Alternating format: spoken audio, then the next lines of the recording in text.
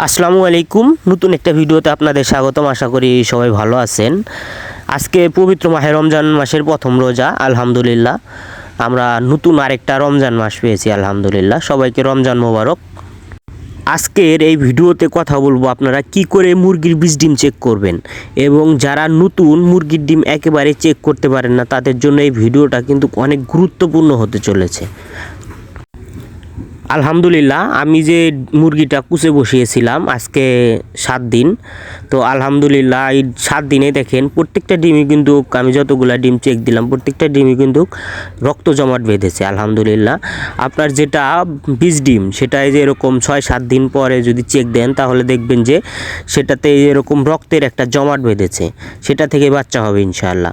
আর যেটা বীজ ডিম না সেটা একদম ক্লিন থাকবে, সেটার ভিতরে কোনো কালো স্তর থাকবে না।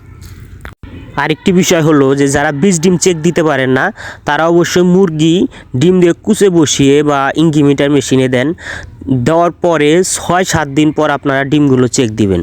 চেক দিলে আপনারা সুন্দরভাবে বুঝতে পারবেন যে আপনার কোন ডিমটা বাচ্চা হবে, কোন ডিমটা বাচ্চা হবে না, কোনটা বীজ ডিম কোনটা বীজ ডিম না। যেটা বীজ ডিম সেটা তো অবশ্যই রক্ত জমাট বাঁধবে, আর যেটা বীজ ডিম না সেটা তো একদম ক্লিন থাকবে। আমার এখানে সবগুলোই আলহামদুলিল্লাহ বীজ ডিম রয়েছে।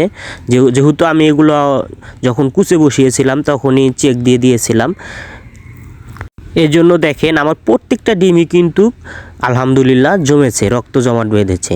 ইনশাআল্লাহ এগুলো থেকে প্রত্যেকটা বাচ্চাই বের হবে ইনশাআল্লাহ। মুরগি কুচে বসানোর আগে যে কোনো ডিম আপনার কুচে বসানো বা ইনকিউবেটরে দেন না কেন, দেওয়ার আগে যদি রাত্রে চেক করতে পারেন, রাত্রে অন্ধকারে একটা লাইটের সাহায্যে, ছোট একটা লাইটের সাহায্যে, মোবাইলের লাইটের সাহায্যে যদি চেক দিতে পারেন তাহলে অবশ্যই আপনারা শিওর হতে পারবেন যে কোনটা বীজ ডিম কোনটা বীজ ডিম না। আর যাদের বীজ ডিম সম্পর্কে একদম অভিজ্ঞতা নেই, বীজ ডিম কীভাবে চেক দেয়, তারা যদি আপনার কুচে বসানো বা ইনকিউবেটরে দেওয়ার 6-7 দিন পর চেক দিতে পারেন তাহলে 100% শিওর হতে পারবেন যে এটাই আসলে বীজ ডিম, এটা বীজ ডিম না। আশা করি মুরগির বীজ ডিম চেক করার নিয়মটা আমি আপনাদের সুন্দরভাবে বোঝাতে পেরেছি। তো এই ছিল আজকের ভিডিও। পুরো ভিডিওতে সাথে থাকার জন্য ধন্যবাদ। আর ভিডিওটা কেমন হয়েছে অবশ্যই আপনার মূল্যবান মতামতটি জানাবেন। আর এরকম ভিডিও পাওয়ার জন্য অবশ্যই চ্যানেলটি সাবস্ক্রাইব করে রাখবেন এবং ফেসবুকে ফলোয়ার বাটনটি অন করে রাখবেন। আসসালামু আলাইকুম।